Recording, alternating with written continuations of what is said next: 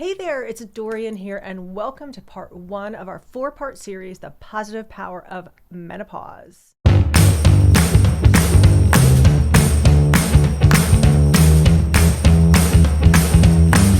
Be sure to stick around with me to the end of this video, though, because I have a really fun and important challenge for you. And I'm really thrilled you're here because as a woman over 40, this is a really, really important video for you to see. Not just for yourself, but share it with younger women. You know, it never ceases to amaze me how unprepared and uneducated women are about what's going to happen to their bodies after age 40, 45, like myself included. It's like it's this thing way out there that we all know about, but for some reason we're shocked when it happens to us. We look down at our jeans, like you just put your jeans on and say to ourselves, how come I'm spilling out over the waistband? Or holy smokes, why do I feel like a volcano erupting? And we're embarrassed, right? So my mission is to create a paradigm shift about menopause. And it starts by helping you and all women to, number one, understand what menopause is and is not, and to actually discover and embrace this hidden power in this stage of life. So what is menopause? We all know it. Menopause is a natural physiological change that all women, including you, my friend, will experience. Menopause is also, sadly, a stage of life that has historically been touted as this time when women become less relevant, even invisible. So let's start this with a little history. So unlike puberty, menopause has been like veiled in secrecy and negativity.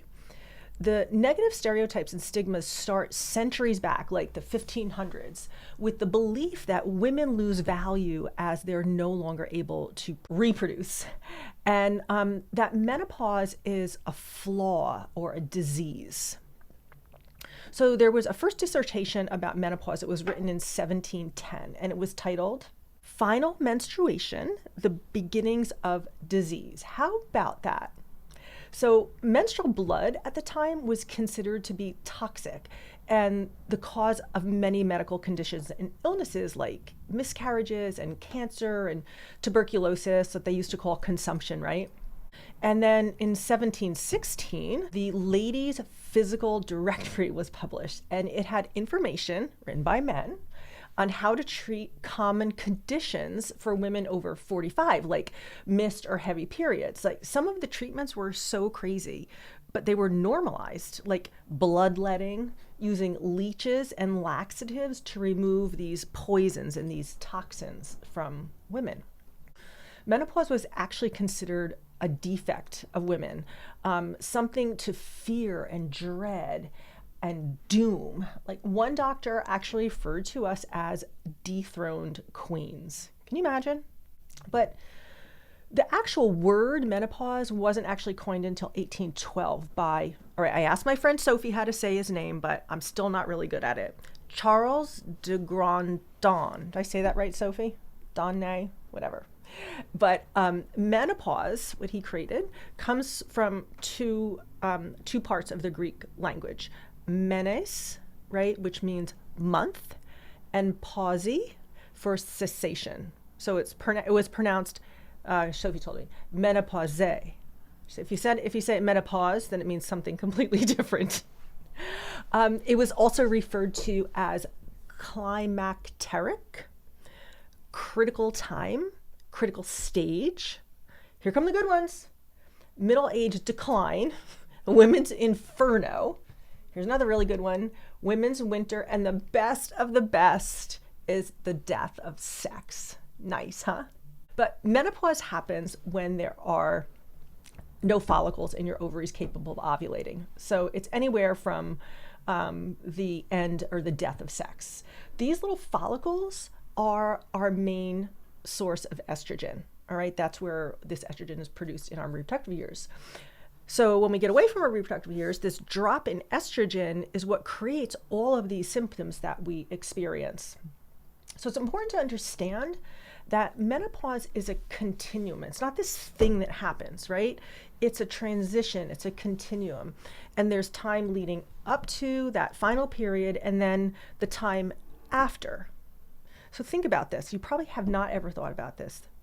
Most women spend 1/2 to 1/3 of our lives, mostly 1/2, in this menopause continuum. Because for most women it starts, mid-40s, but for some women it starts as early as their mid-30s.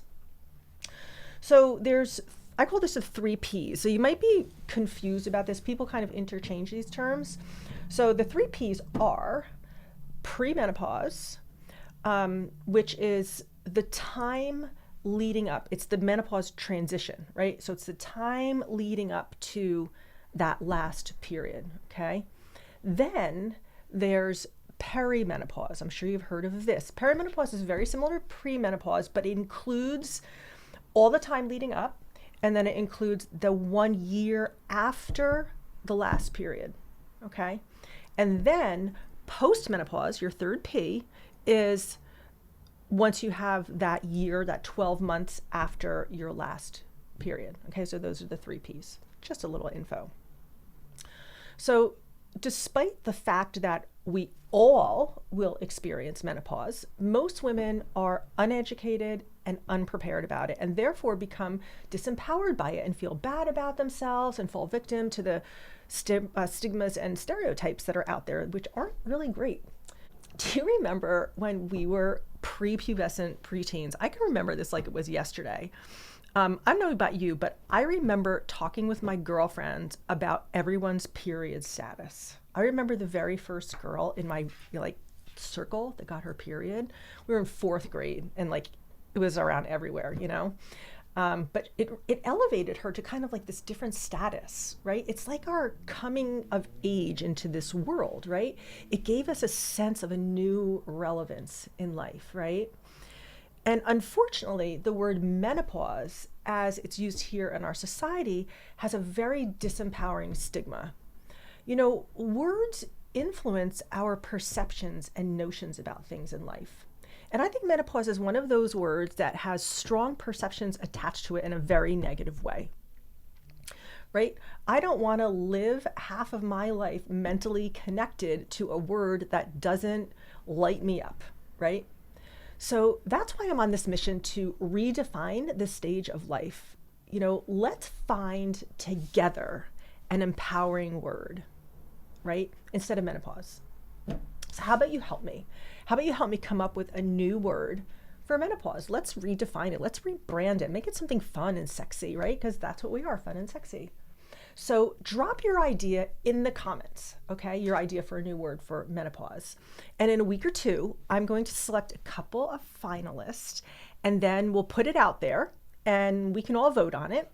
And the winner will get a pair of sterling silver earrings from our exclusive Limitless jewelry collection, which is designed by fine jewelry designer and inspirational speaker, Denise Cox.